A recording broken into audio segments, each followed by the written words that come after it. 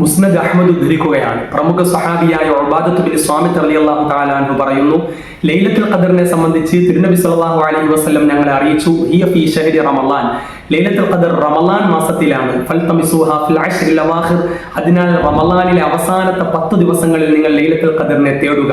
ഫഇന്നഹാ വിത്റുൻ, നിശ്ചയമായും ലൈലത്തുൽ ഖദർ ഒറ്റ രാവാണ്.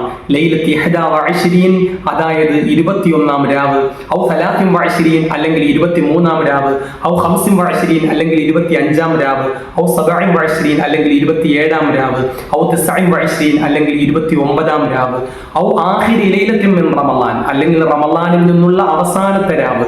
ഈ രാത്രികളിൽ നിങ്ങൾ ലൈലത്തുൽ ഖദറിനെ തേടുക.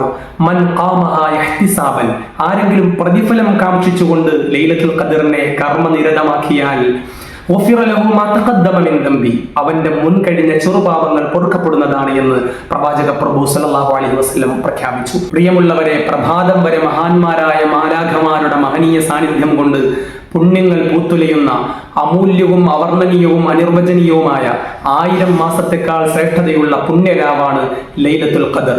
ആ രാവിനെ നാം ആദരിക്കുകയും ആരാധനകൾ കൊണ്ട് അലങ്കരിക്കുകയും ചെയ്യുക. ആത്മാർത്ഥമായി പശ്ചാത്തപിച്ചാൽ നമ്മുടെ വൻദോഷങ്ങൾ വരെ മാപ്പാക്കപ്പെടുന്ന അസുലഭമായ സന്ദർഭം നാം സമ്പൂർണ്ണമായും വിനിയോഗിക്കുക. റബ്ബ് സുബ്ഹാനഹു വ തആല തൗഫീഖ് നൽകി അനുഗ്രഹിക്കുമാറാകട്ടെ.